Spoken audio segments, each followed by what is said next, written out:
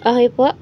So in this video, we are going to review our past lesson, which is quadratic inequalities, quadratic function, and how we are going to transform quadratic function into general form and standard form.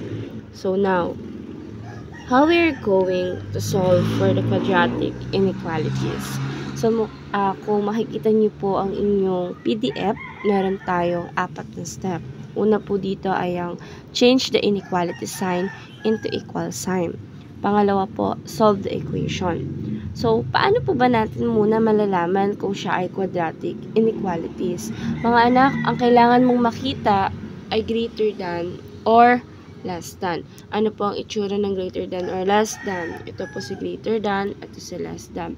Or, ang dapat po nating makita ay greater than equal or less than equal. Madam, paano po natin malalaman kung siya ay quadratic? Lagi natin tatandaan, paulit-ulit lang, pag sinabi natin quadratic, ang highest degree ay 2. Madam, paano pag 3? Tanong, quadratic pa rin ba yan? No. Again, para malaman natin na siya ay quadratic inequalities, dapat mayroon siyang greater than or less than, and the highest degree is 2. Okay, again, in solving quadratic inequalities, we have 4 steps, which is 1, change the inequality sign into equal sign. So, ito ang tawag dyan, inequality sign. So, sa first step daw, babaguhin daw natin yan, gagawin nating equal. And then, next step, solve the equation. In solving the equation po, mga anak, gagamitin natin yung form method. Hindi ko sinabing lahat yun gamitin. Ang ibig ko sabihin, kung ano yung applicable, kung ano yung kayang gamitin, yung mas mapapadali nyo yung solution, gamitin nyo po. For example, kaya siyang isolve using extracting the square root. Di yun ang gamitin. Kung kayang gamitin si factoring, yun ang gamitin. Kung mas madaling gamitin si completing the square, yun ang gamitin. Pagka madali si quadratic formula, yun ang gamitin. Ibig kong sabihin mga anak, yung sa form method na yun, mamimili lang kayo. Ibig sabihin, kung alin yung mas master nyo, kung alin yung sa tingin nyo mas tatama kayo, yun ang gamitin niyo. As long as applicable siya. Kasi kahit naman anong gamitin nyo dyan, basta applicable siya, magki-came up tayo sa iisang solution. Pangatlong step, draw a number line. Alam niyo naman siguro yung number line. Ang number line natin ito, yung x-axis. Yung may 0, 1, 2, 3, 4, yung mga ganon. And then, pang-apat, plot the points. Sa pagpa-plot po ng points, mayroon tayong pattern. Ano yung pattern natin sa pagpa-plot ng points, mga anak? So, gagamitin natin si shaded. Ayan. Si shaded po para po sa inequality na greater than equal and less than equal. Kapag hollow naman po, ginagamit naman natin siya kapag simpleng greater than, pag simpleng greater than or simpleng less than. Okay, simpleng greater than or simpleng less than. Okay, again, ang apat na step po na meron tayo ay change the inequality sign into equal sign. Pangalawa, solve the equation. Pangatlo, draw a number line. And pan-apat, plot the points. Okay, let's proceed to our example number 1. Okay, just wait for me po. Okay, let's proceed to our example number 1. So, for example po, hindi na ako lalayo or hindi na ako mag-iiba ng ng ibang example. Kung ano na lang yung nasa PowerPoint po ninyo para kahit papano masundan niyo ako. Pero sa quadratic function po, mag-iiba ako ng given para po, meron pa po kayong another na isosolve in your own. Again po, kapag po tayo ay nakikinig po sa discussion, mga anak, kapag tapos na ako sa isang example, yung susunod na example, itry nyo na siya in your own.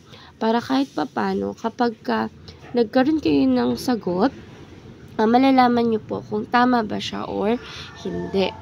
Okay? Again, let's proceed to our Example number 1. So, in your PowerPoint, we have x squared plus 7x plus 12 is greater than 0. Okay. Now, una, change the inequality sign into equal sign. So, magkakaroon tayo ng x squared plus 7x plus 12 is equal to 0. Next, solve the equation. Tingnan nyo maigi, meron na tayong equation kasi naging equal na yung inequality sign natin. So, isip tayo ngayon kung ano pong method ang carry sa kanya. So, in our PowerPoint, dito, applicable po si factoring. Kung sa tingin nyo, mas applicable din po si quadratic formula, pwede nyo gamitin. Okay, so factoring tayo. Second step na tayo ha. Solve the equation. Okay. Now, what are the factors or what is the square root of x squared? That is x and x. What is the factor of 12 na kapag pinag-add 7 ang sagot? So, we have 4 and 3. And then, ang gagamitin nating operation ay yung unang ginamit na operation, which is plus. So, we will have x plus 4 times x plus 3 is equal to 0. Pero, hindi lang po dyan nagtatapos. So, ang gagawin pa natin dyan ay i-equate pa po natin siya sa 0. Paano po yun? Ito po ay i-equal nyo lang sa 0. So, we will have x plus 4 is equal to 0. X plus 3 is equal to 0. And then, transpose. X is equal to, kung siya ay positive here, magiging negative. So, magiging negative 4. Okay. How about here? Positive din siya. So, pag nilipat siya sa kabilang side, magkakaroon tayo ng negative 3. So, we have our negative 4, negative 3. Ang tawag po dito sa nasolve natin in quadratic inequalities, tatawagin natin siyang yes, critical points. Ang tawag dyan ay critical points. Meaning, mayroon na tayong critical points na negative 4 and negative 3. Nagagets po? Again, ang tawag po sa na-solve natin na yan, na value ni x, ay critical points in quadratic inequalities po. Okay. Proceed. In step number 3. In step number 3, magdodrawing lang tayo ng number line. So, palagi niyong tatandaan, si number line po ay nag-i-start lagi sa gitna na 0. Pero kung dahil po ang ating critical points ay negative 4 and negative 3, dun lang tayo magpo-focus sa part niya, which is negative side. Okay, ito yung number line. So, negative 4 and negative 3 po ay nasa left side. So, nandito ang 0 mo. Negative 1, negative 2, negative 3, negative 4, and negative 5. So, ito na yung negative 4 and negative 3. So, meron tayong number line. And then, plot the points. Now, how we're going to plot the points if our given is x squared plus 7x plus 7x plus 12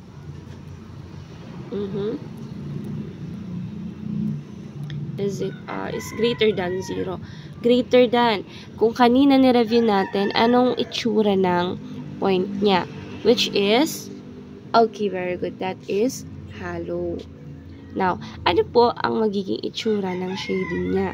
So, wag na natin pahirapan ng mga sarili natin kapag ang ating inequalities ay greater than. Ang itsura po ng graph natin ay ang shading niya ay nasa magkabilang gilid. Pag less than, ang ating graph ay nasa gitna. Isasagad po yan mga anak ha.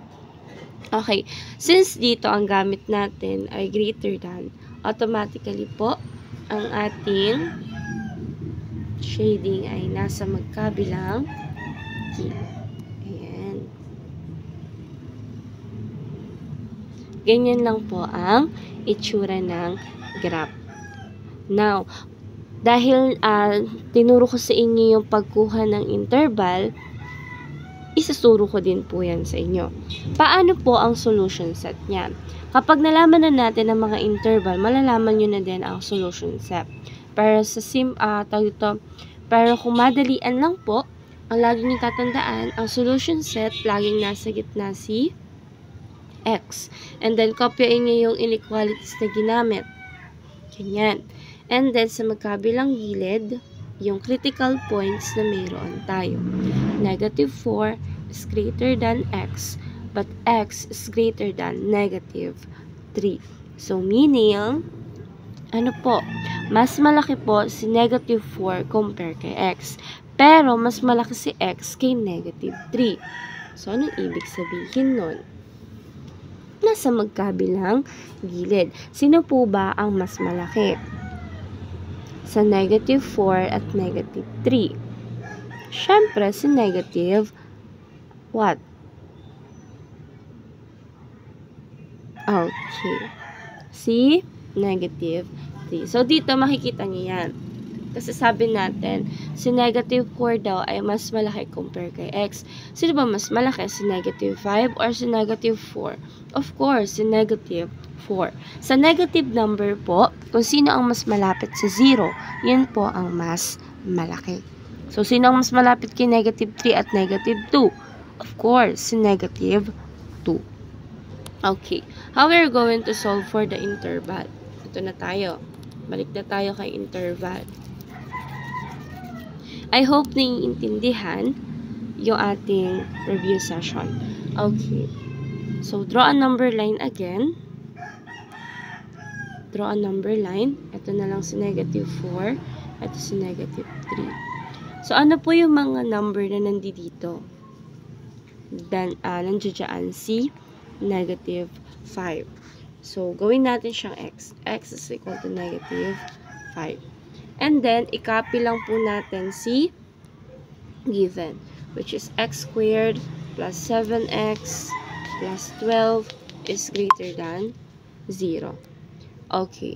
So, x, which is negative 5 squared plus 7 times negative 5 plus 12 is greater than 0. 25. 7 times negative 5, negative 35. Plus 12 is greater than 0. What is 25 minus 35? That is negative 15. Negative 15 plus 12. Ano na?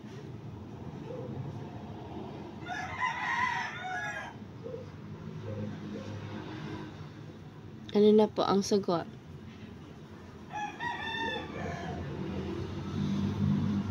Okay, 25 minus 35, that is negative. Okay, negative 10. Plus 12, that is positive 2. So, 2 is greater than 0. So, that is true. So, kapag nag-true siya, isi-shade natin. Yan. Kapag nag-false, hindi natin siya isi-shade. Kapag kumuha kayo ng another point dito, magto-true yan. So, ganyan na magiging itsura niya. So, kung kanina nakinig kayo ng simple techniques, again, kapag greater than ang ginamit, magkabilang gilid. Kapag less than, yung gitna ang may shading. Again, hollow po ang pointed. Okay, do you have any question po? Okay. Now, ayan. Next. Okay, proceed na po tayo. Now, how we are going to check if the points is a solution of quadratic inequalities. Let me erase this first. Okay, for example po, huwag na tayong lumayo. Again, what if we have here, sorry, wait lang. Okay, we have y is less than 2x squared plus 3x minus 5. And how we're going to check if negative 1, positive 6, next 3, 6 are the solutions of these quadratic inequalities. So, madali lang yan mga anak. All you have to do is to substitute. So, in negative 1, 6, ang tawag dyan ay coordinates. Sino po ang value ni x? Sino ang value ni y? So, negative 1 po, yun po ang value ni x. So, 6 naman po, yun po ang value ni y. In 3, 6, ang value po ni x ay si 3. Ang value naman po ni y ay si 6. Okay, so alam na natin kung sino si y and x. So, all you have to do is to substitute. Isa-substitute mo lang tong mga to dito. Kay y is less than 2x squared plus 3x minus 5. Inom lang po ako and then try nyo po muna kung magsasatisfy siya or hindi.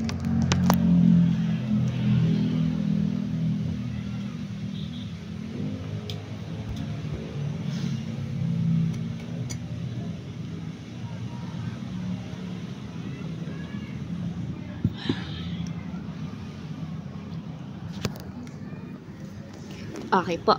So, tingnan natin kung magsasatisfy na siya. Again, all you have to do is to substitute. So, y is less than 2x squared plus 3x minus 5. So, ang value ni y ay 6. So, copy mo lang si 6. Less than 2 times, what's the value of x? That is negative 1. And then, squared. Madam, saan po nanggaling yung squared? Again, nasa given po, anak.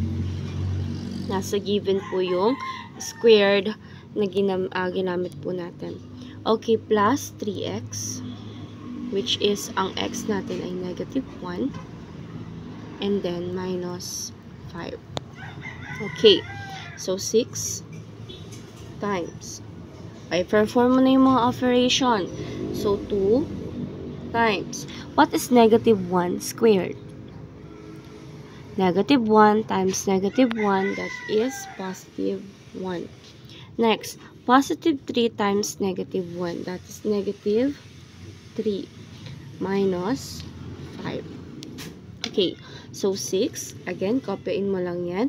Madam, bakit hindi nababago si 6? Kasi po, yan lang naman talaga ang kailangan nyo dyan sa side na yan. Kasi ang kailangan lang ay yung value ni y.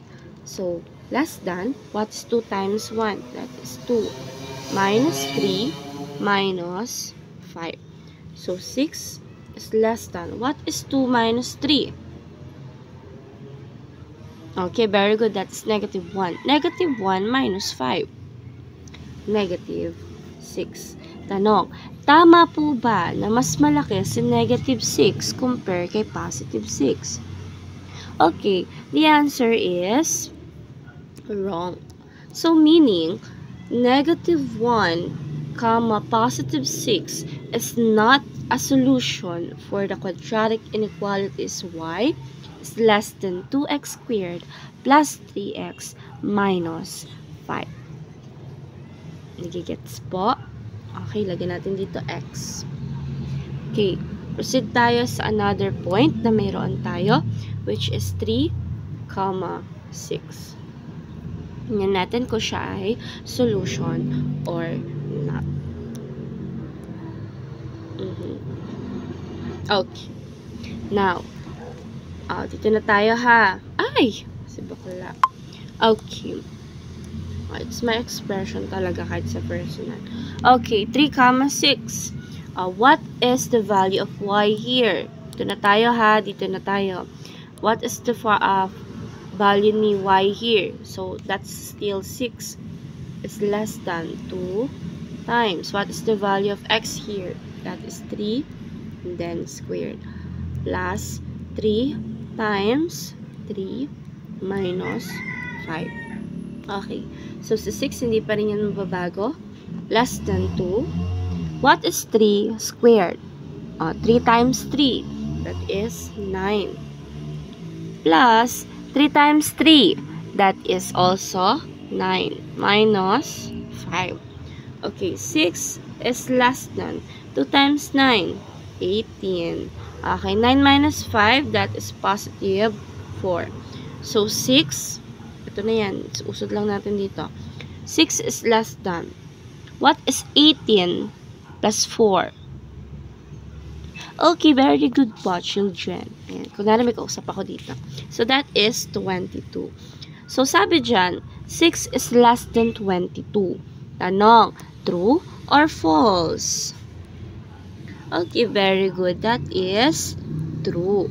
So, si 3, 6 ay true. So, meaning, 3, 6 is a solution. Solution siya, solution of y is less than 2x squared plus 3x minus 5. Ayan, may tanong po. May tanong po ba tayo para ma-determine natin kung yung following points natin ay solution or not ng given?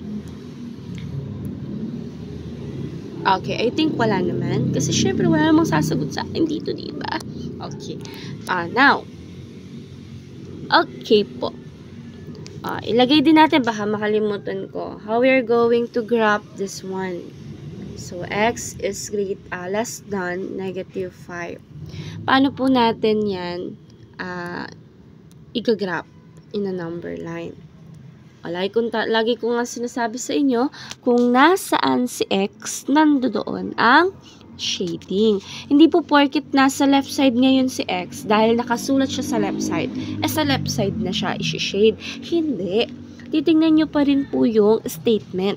Sabi dyan, si x ay less than sa negative 5. So, meaning, si x daw po ay mas maliit compare kay negative 5. Since isa lang naman po ang point na meron tayo, lagay nyo na lang yan sa gitna. Negative 5. Ano po ang itsura ng points niyan? Is it hollow or shaded? Okay, very good, children. That is hollow kasi po wala siyang equal sa baba. Okay, sabi dyan, si x daw po ay mas maliit compare kay negative 5. I hope na hindi po masyado nakakasagabal ang background ko kasi po may ginagawa pong building sa tabi po ng bahay namin. Tapat po ng bahay namin. Okay. Now, sabi dyan, si x daw po ay mas maliit compare kay negative 5. Bago ka pumunta sa number line mo, isipin mo muna, ano ba yung mga number na mas maliit compare kay negative 5? Masabi ko sa akin, ay, negative 6. Ang mas maliit kay negative 5. Kasi mas malapit si negative 5 kay 0 compare kay negative 6. So, meaning, mas maliit po si negative 6 compare kay negative 5. So, nandoon ang shading. Isipin mo ngayon, nasaan dyan or saan nakatutok or saan nakaplat si negative 6? Nasa right side ba or nasa left side? Okay, nasa left side. So, meaning, nandoon po ang ating shading. Ayan. Again, kung nasaan si x, nandoon ang shading. Okay, another one. Ito na. Ito na talaga. Again, hindi po porket nasa left side po ang x na nakasulat ay nandoon po ang shading. Tingnan maigi, intindihin maigi ang statement ng na mayroon tayo. So, we have 3 is greater than x.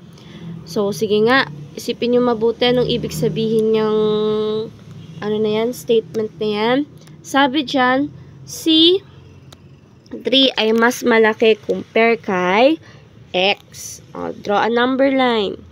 Since isa lang ang point natin, sa gitna lang yan, positive 3. Lagyan natin ng equal to. So, since may equal yan, that is shaded. Now, 3 is greater than x. 3 is greater than or equal to x. So, meaning mas malaki si 3. Ngayon, isipin mo, ano ba yung mga number na mas maliit compare kay 3? Kasi sabi, dapat daw mas malaki si 3 eh. Sabi ko, 2. Ayan, 2. Hanapin mo ngayon kung saan side si 2. Nandito ba? Or nandito ba? Sige nga po. Ano ang mga nasa side na to? Okay, that is 4. How about this one? 2. O, nasaan si 2? Nandito. So, meaning, nandito ang shading. Kasi sabi dyan, mas maliit daw po si x compare kay 3. So, nandoon ang shading. O, diba? Kahit nakasulat siya sa right side, nasa left side pa rin po ang shading. Bakit? Kasi yun ang sabi ng statement na mayroon tayo. Si 3 ay mas malaki compare kay x. Madam, nalilito pa din ako kasi hindi ko alam kung saan po ba nakapwesto yung mga number. Ang gawin mo, anak, para hindi ka malito, sulat mo sa isang gilid yung number line. Simulan mo sa 0, 1, 2, 3, 4. And then, negative 1, negative 2, negative 3, negative 4. And then, kapag magsasolve ka na ng another graph, sulat mo na yung graph mo doon sa isa pang gilid para hindi ka malito. Etong number line na to is magiging guide mo lang para malaman mo kung nasaan ba yung side ng 3, ng 4, ng 5, ng negative, ganito, ganyan. So, para hindi ka na malito. I hope na iintindihan po yung dinidiscuss ko po, ha? Okay. Proceed tayo sa another example. Ayan, I'll give you 1 minute. Yes, kala mo talaga. Ayan, babalikan nyo naman po yan. Balikan na lang ng balikan hanggang sa ma-masterize natin. Okay. Now, how about if we have 2 points na or yung tinatawag natin critical points? So, for example, we have 3 is greater than or less than, greater than or less than or equal to x. But x is less than to 6. Sabi natin kapag less than, anong itsura ng shading niya? Nasa magkabilang gilid ba? Okay, nasa gitna. O, yan, tinasting ko lang kayo kung natandaan nyo. Nasa gitna. So, meaning, iisipin mo na lang kung sino ba ang mauuna. Kung si 6 ba or si 3. Sa number line, mauuna si 3 sa right side. And then, sumunod si 6.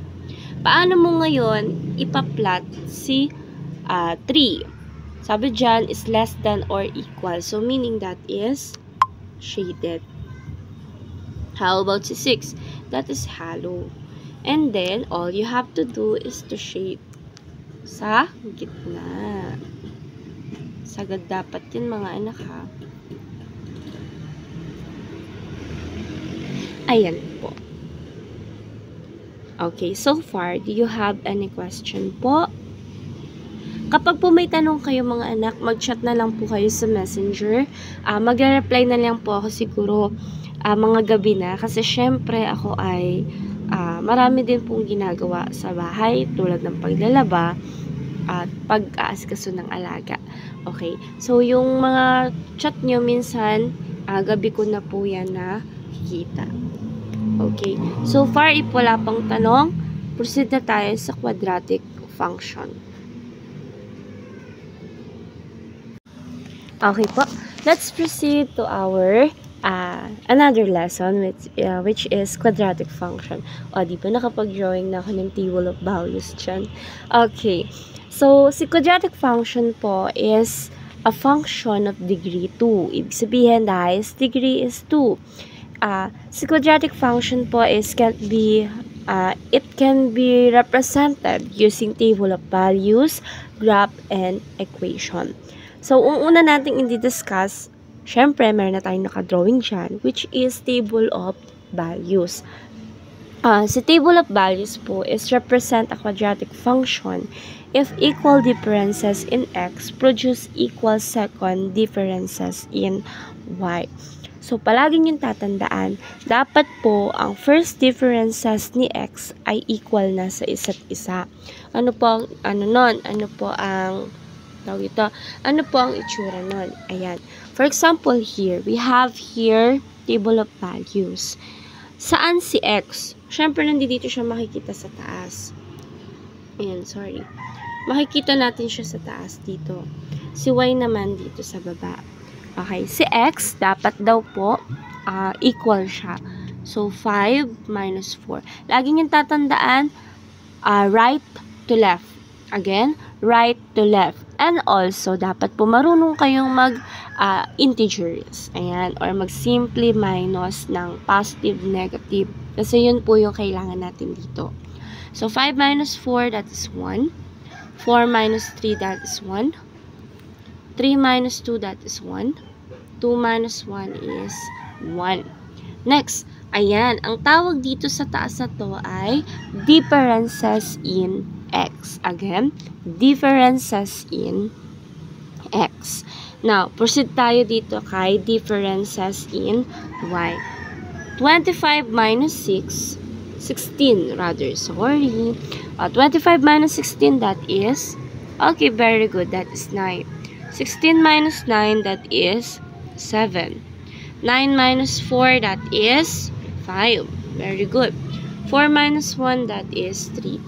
Ang tawag po dito sa una na yan ay first differences in y. Sabi sa definition natin sa inyong PowerPoint or sa inyong PDF, dapat daw po yung equal differences in x makapag-produce po ng second differences in y. So, meaning, dapat daw po yung second differences natin in y ay dapat po makapag-produce ng equal numbers. Okay po. So, 9 minus 7, that is 2. 7 minus 5, that is 2. 5 minus 3, that is 2. So, lahat po yan ay equal sa isa't isa.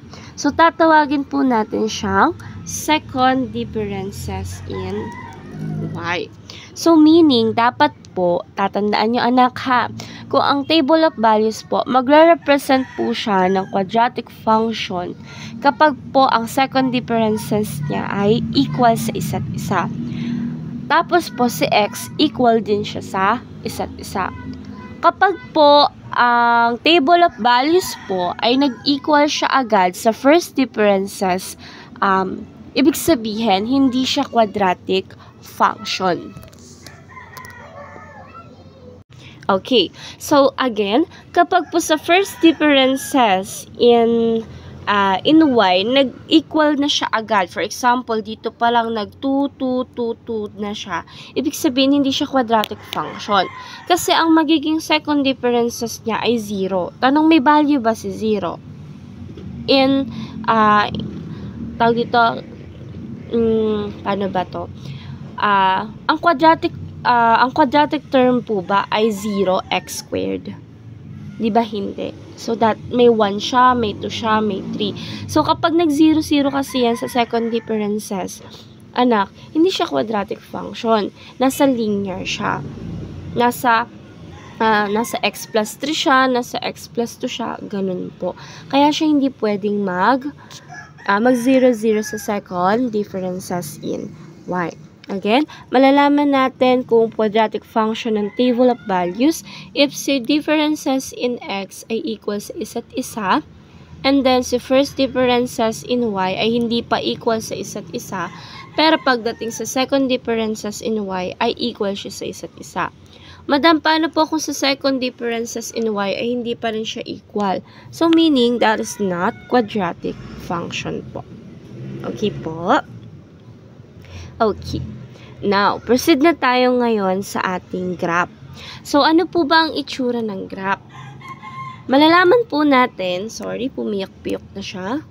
Okay. Malalaman po natin na quadratic function po ang graph kapag mayroon siyang parabola. Ano po ba ang itsura ng parabola? Yun yung mayroong open upward and open downward. Kapag nakakita kayo ng ganyan anak na graph, automatically that is quadratic function. Again, kapag po nakakita tayo ng parabola, ang tawag dyan sa graph na yan ay parabola anak. Okay, parabola. Kapag nakakita tayo niyan, automatically that is quadratic function. Madam, paano po natin malalaman kung open upward or open downward? Kapag ang quadratic term natin ay ax squared, automatically that is upward. Kasi positive po si quadratic term. Kapag naman negative ax squared, negative si quadratic term natin, automatically po downward. Again, kapag positive si quadratic term, upward. Pag negative, downward. And then, meron tayong tinatawag na axis of symmetry. Yun po yung naghahati po dun sa parabola na mayroon tayo. Yun po yung point.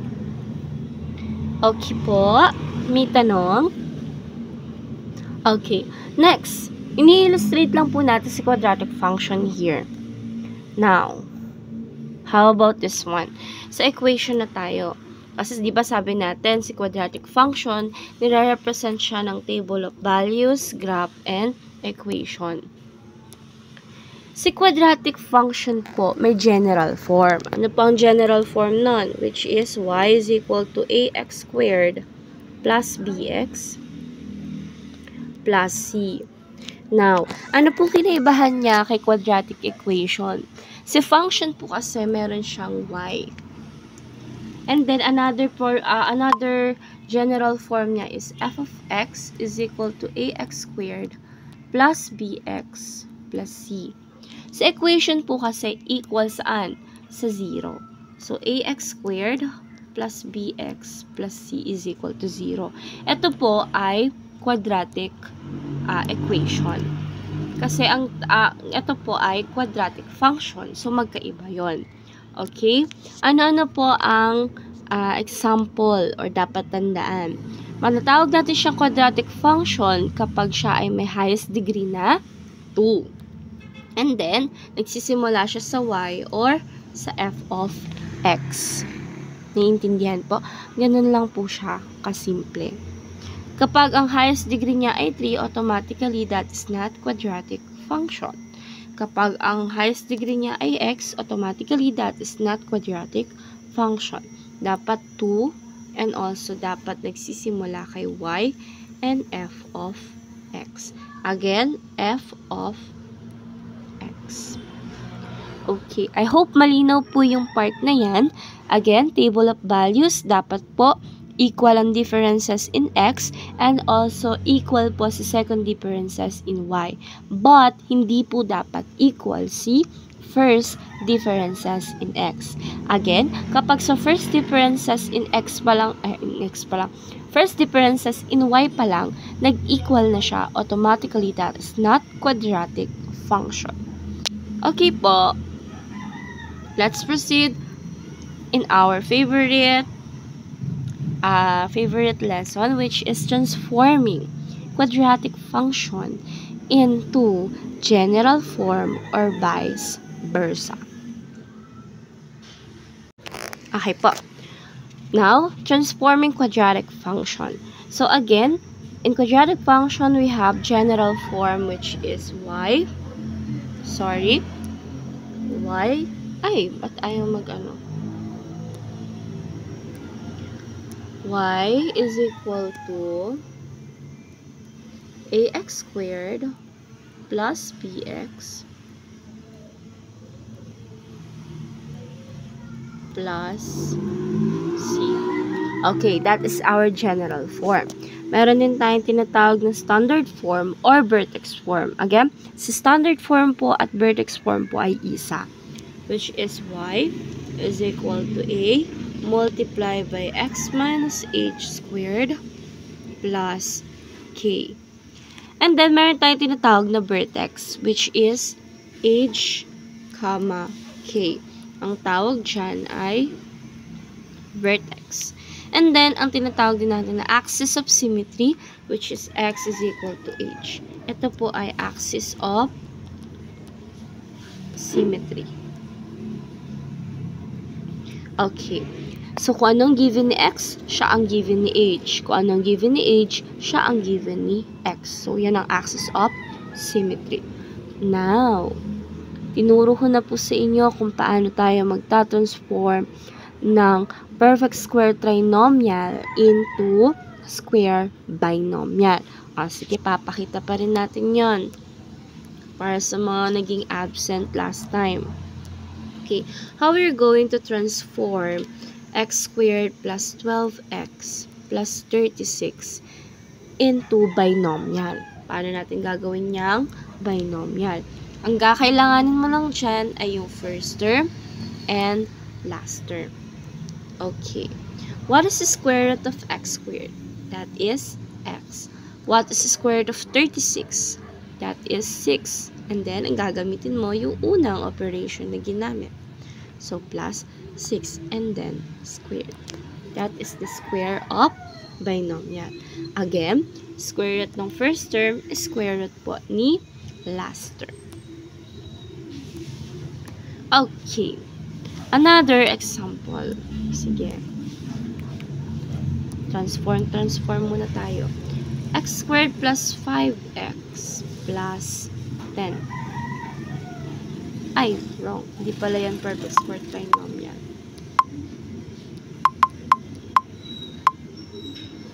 Okay. 12x plus 36. Ay, sabi na pala yun. Sorry.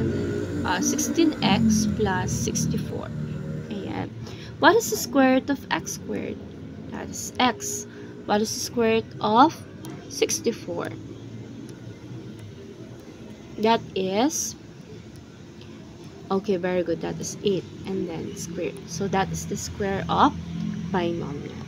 Ganyan. Kailangan nyong malaman kung paano po magta-transform ng perfect square trinomial into square of binomial. Kasi kakailanganin natin yan. And now, proceed na tayo to our main topic, which is how we are going to transform general form into standard form. Ax squared plus bx plus c. How we are going to transform this one into y is equal to a. Ano ba yan? Nagloko na. Y is equal to a times x minus h squared plus k. Paano natin gagawin general into a standard form? So, meron tayong step. Meron tayong 4 na step. I hope talaga na meron kayong PDF sa inyong harapan or na-lecture nyo man lang. Okay. So, first step is group together the terms containing x. Second step, complete the expression inside the parentheses to make it a perfect square trinomial by getting half the coefficient of x and squaring it. Dito po, ahawig siya sa completing the square. But may twist. Kasi sa completing the square, parehas add. Dito po, may plus, may minus. So, makikita nyo naman yan later. Next, number 3, express the perfect square trinomial as a square of binomial. Kaya natin siya ni-review. Paano mag-binomial ng perfect square trinomial. And then, number 4, give the value of h and k. Again, sino po ba si h and k? Siya yung ating, very good, vertex. Okay, let's have example number 1. Buray na natin to, anak. I hope nagle-lecture pa din po yung iba, especially yung mga absent during my discussion. Okay, so we have here y is equal to x squared plus 2x plus 5. Now, again, step number 1, group together the terms containing x. Meaning, i-group nyo po yung mga number na mayroong x. Paano siya i-group? Lagyan nyo lang siya ng parenthesis. So, x squared plus 2x and then, yan. Okay. Plus 5. Next, complete the expression inside the parenthesis to make it a perfect square trinomial. Okay. So, y is equal to, intindihin niyo muna, saan po munang number divisible sa x squared plus 2x? That is 1. So, automatically may 1 yan. Pero dahil alam naman na natin na may 1 yan, huwag na natin lagay. Kasi, dito, common sense na yan, mga anak. Okay. So, y is equal to, sige na nga, lagyan na nga natin para hindi nila maano. X squared divided by 1, that is x squared. 2x divided by 1, that is 2x. Plus blank, parenthesis, plus 5 minus blank. Sabi ko nga dito, completing the square siya but with a twist. Okay? Complete the square na tayo. Y is equal to 1 times. I-apply natin yung formula natin. Wait, masyadong malaki yung ano eh. Ayan. Masyadong maliit. Apply natin si B divided by 2 is equal to n, where n is raised to 2. So, B, that is 2. 2 over 2, that is 1. Or raised to 2, that is 1. Okay. Kung ano yung lumabas dito, yun ang i-add mo dito. And then, yung in-add mo na yan, i-multiply mo sa number na nasa labas para malaman mo kung ano yung ima-minus mo. Again, since 1 ang nasa labas, 1 times 1, that is 1. So, si 1 din po ang iyong ima-minus. Nagigets po? Again, para malaman po natin kung ano ang i-add, gagamitin po natin si B over 2 is equal to M, where N raised to 2. And then, para malaman naman po natin kung ano yung ima-minus sa labas, yung ipa-plus po natin, i-multiply natin sa number na nasa labas. So, 1 times 1, that is 1. Madam, lagi po bang minus yung nasa labas ng parenthesis? Yes po, laging minus. Okay, proceed na tayo. Step number 3. Express the perfect square trinomial as a square of binomial. Nasaan po ba si square of binomial? O si perfect square binomial? Ito po yung perfect trinomial natin. Okay? Yan po yung perfect trinomial na meron tayo. Ito. Gagawin natin siya ngayong binomial. Kagaya ng ginawa natin kanina. Okay. So, y is equal to, kahit hindi nga na po isulat si 1, kasi, common sense na po na may 1 yan sa labas. Okay. So, what is the square root of x squared? That is x. What is the square root of 1? That is 1. And then, squared. Anong operation na gagamitin natin? That is plus. Kasi po, plus yung naunang operation natin. And then, positive 5 minus 1. That is positive 4. So, that is the standard form of general form. Y is equal to x squared plus 2x plus 5. Okay. Now, what is the value of age? Sige. Another sheet na tayo ng paper. Tandaan nyo ang meron tayo, y is equal to x plus 1 squared plus 4. Sulat natin yan ulit here. Okay. Y is equal to x plus 1 squared plus 4. What is the values of age?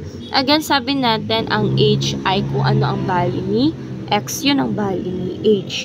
Ito yun. Equate natin sa 0 si x. So, x is equal to negative 1.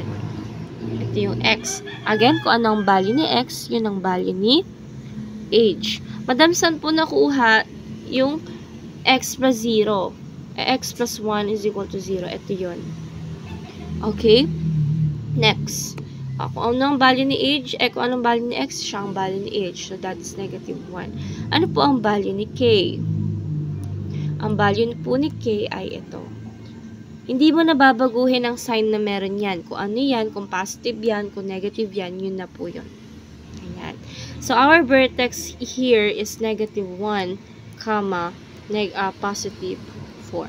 Again, our vertex is negative 1, comma, positive 4. So, that is the final answer po. Nagkakaintindihan po? Okay po. Next. Another example. Let's have here y is equal to 2x squared minus 20x plus 47. Again, para sa nagtataka, parang nasagutan na nila. Yes po, ito lang din po yung sinagutan natin in our face-to-face class po. Nire-review ko lang po kayo. Okay. Group together the terms containing x. So, y is equal to 2x squared minus 20x, parenthesis, plus 47. Before we proceed to our step number 2, tignan natin, saan po ba divisible si 2x squared minus 20? Madam, ano po ba yung divisible? Saan po sila pwedeng i-divide na number? Number lang po. Okay po? So, si 2x squared minus 20x, divisible siya kay 2. So, si 2, ilalabas natin sa parenthesis. Now, 2x squared divided by 2. Okay, very good. That is x squared. Now, negative 20x divided by 2. Okay, negative 10x. Ay, sorry. And then, plus blank. Masyadong nalakihan yung blank. Plus blank, plus 47 minus blank. Okay. Proceed na tayo ngayon sa ating step number 2, which is completing the square. So, v over 2 where is equal to n, where n nagiging wait yung ano. Where n is raised to 2. What is b? What is b here? Okay, negative 10. Negative 10 divided by 2, that is negative 5. Negative 5 squared, that is, okay, positive 25. So, si positive 25, yun po yung ating i-add here. Again, kung ano yung lumabas dito, yun yung i-add natin. Eh, madam, ano po yung ima-minus natin?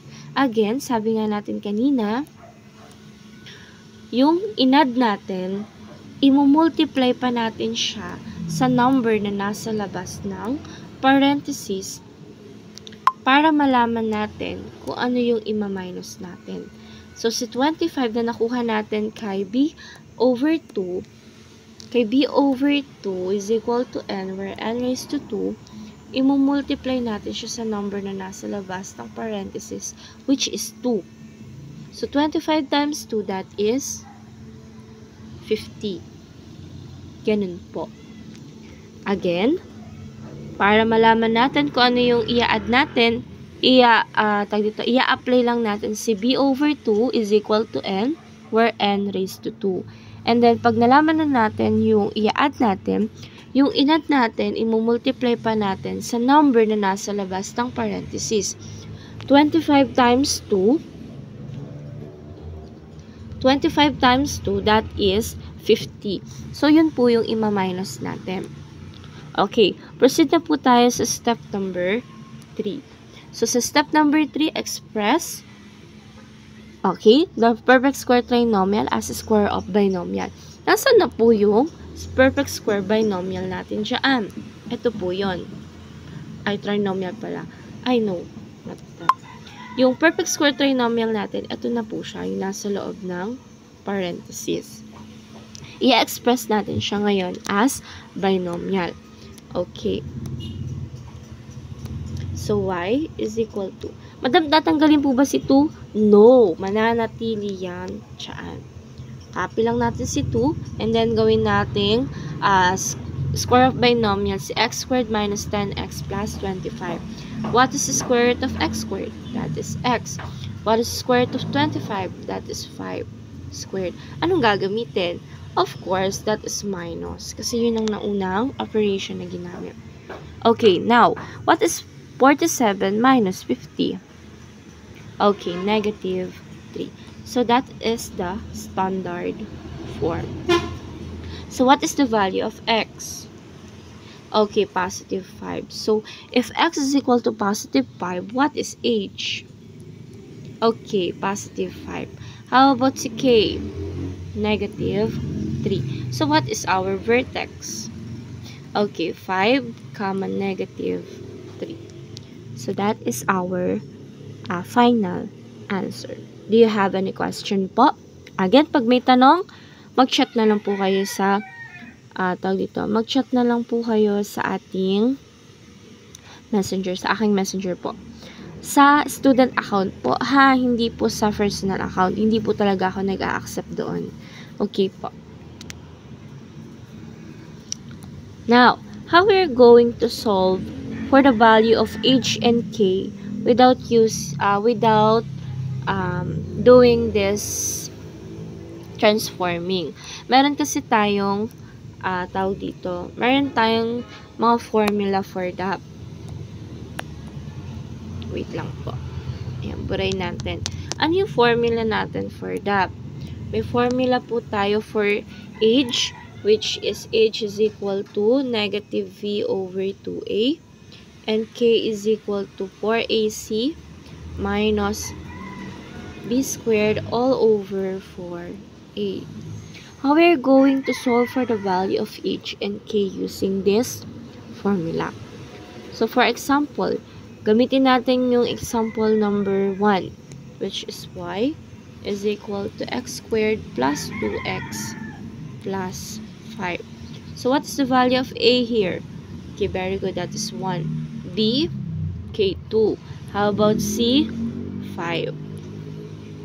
Okay, now, gamitin natin si value sa formula h. h is equal to negative b. Negative. Hindi yan pwedeng tanggalin dyan, ha? Kailangan may negative yan. And then, value ni b, that is positive 2 over 2 times a. What is a? 1. h is equal to, okay, h is equal to, what is negative times positive 2? That is negative 2. 2 times 1, that is positive 2. Negative 2 divided by 2, that is positive 1. Now, check nyo po kung tama, kung parehas lang po ba ang value ni h na nakuha natin kanina sa value ni h here. Okay, dapat po yan ay parehas. Pag yan ay hindi nagkaparehas, ibig sabihin may mali po sa inyong pagsasagot. Okay, now, let's proceed to determine the value of k using this formula. So, k is equal to 4ac minus b squared all over 4a. So, 4. Hindi yan pwedeng tanggalin, ha? Times a, which is 1. Times c, 5. Minus b, which is 2. And then, squared natin. 4 times a, which is 1. So, k is equal to 4 times 1 times 5, that is 20. 2 raised to 2, that is 4 over 4. Now, 20 minus 4, that is 16 over 4. What is 16 divided by 4? That is 4. Tignan nyo pong maigi kung magkaparehas. Kapag mali, sabihin, may mali po sa inyong ginagawang solution. Okay. Do you have any question po?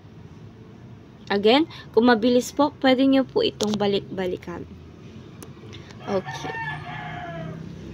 Let's proceed. How we are going to transform standard form into general form naman. Ngayon, kanina tinuruan ko kayo paano mag-binomial. Ngayon naman po, tuturuan ko kayo kung paano mag-trinomial. For example, here, we have here x minus 5 squared. Paano natin gagawing trinomial yan?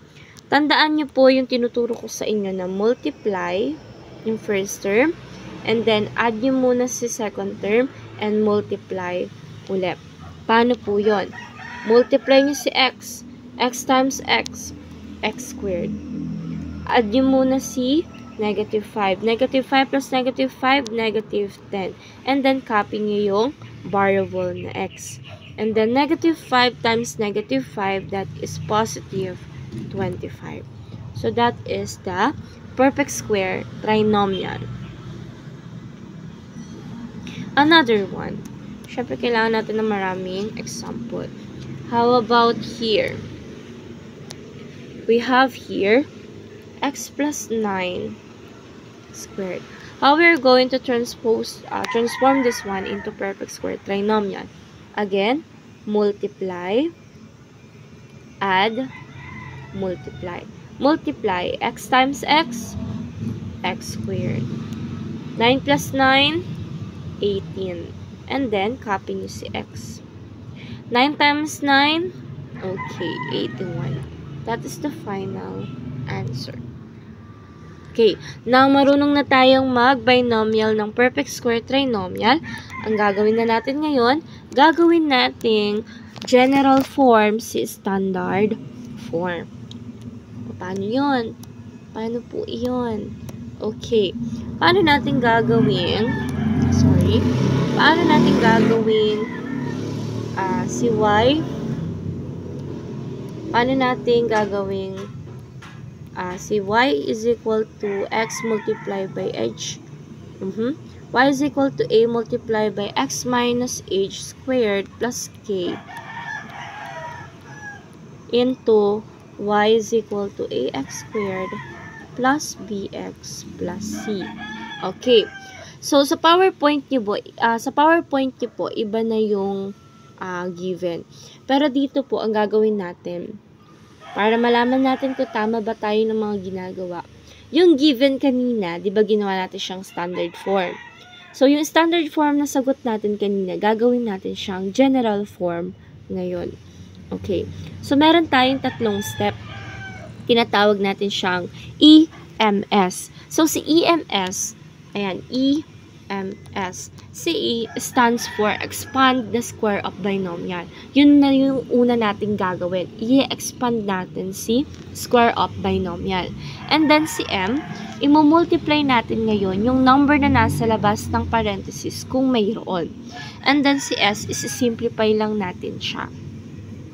I-combine lang natin yung mga similar term kung mayroon man. Okay. Proceed tayo sa example natin kanina na ginawa natin siyang standard form. Okay. Meron tayo dito sa example number 1. Nagkaroon tayo ng y. Sorry. Ng y is equal to x plus 1 squared plus 4. Ito yung example number 1 natin kanina. So, yan yung final answer natin sa example number 1. So, gagawin natin siya ulit, general form. Tingnan natin kung magiging pareha siya ng sagot. So, una, i-expand daw natin si square of binomial. Sino po ba si square of binomial dyan? Ito po, si x plus 1 squared. Again, multiply, add, multiply. So, multiply, that is x squared. And then, add 2x. And then, multiply ulit 1. Plus 4. Okay, step number 2. Since wala naman pong number, meron pala which is 1. Pero kahit i-multiply natin yan sa 1, wala naman nang mangyayari. So, ang gagawin na lang natin, ika-copy na lang natin. X squared plus 2x plus 1. And then, plus 4. Okay, next step, which is last step, which is simplify. I-add lang po natin yung mga like terms. Sino lang po ba ang like terms dyan? Si positive 1 and positive 4. So, y is equal to x squared plus 2x. And then, 1 plus 4, that is 5. Tignan nyo nga po kung ito yung given natin kanina sa number 1. Y is equal to x squared plus 2x plus 5. Okay, very good. Ayun po ang ating general form. Standard form into general form. Okay po. Next, another example. Another example, which is yung example number 2 natin kanina na ginawa nating general form. Okay, ang general form na nakuha natin is y is equal to 2 times x minus 5 squared minus 3. Gawin natin siyang general form. So, y is equal to 2. Again, una natin gagawin, expand the square of binomial. Sino po ba ang square of binomial dyan? Si x minus 5 squared. So, 2 times, multiply x squared, add negative 10x, multiply ulit, positive 25, minus 3. So, y is equal to, multiply the number outside the parentheses. Since more than 1 po ang number na nasa labas ng parentheses, imumultiply natin yan sa lahat ng nasa loob. So, 2 times x squared, that is 2x squared. 2 times negative 10, that is negative 20x. 2 times positive 25, that is positive 50, minus 3. Si 2 ba, ay mumultiply ba natin kay negative 3? No, kasi hindi naman siya kasama sa loob ng parenthesis. Okay, now, final answer, y is equal to 2x squared minus 20x. And then, combine the similar terms, which is positive 50 and negative 3. So, 50 minus 3, that is Okay, positive 47. So, check nyo nga po kung ito ang general form natin. Kanina sa number 2. Okay, very good. Same po siya. So, now, do you have any question po? Okay. So, that is our 3 lessons for this summative test. I think, malinaw naman po ang ating discussion. So, yung mga may kulang po, please po, pumunta po sa akin after exam ninyo sa math para po hindi na tayo mamblema sa susunod kapag kayo ay naghahabol na. So, kung may tanong po, i-message nyo lang po ako sa account ko po. So, siguro ganito na lang din po yung magiging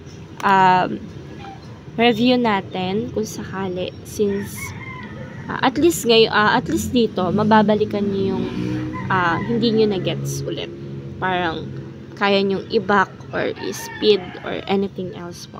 Ayun lang po, goodbye po.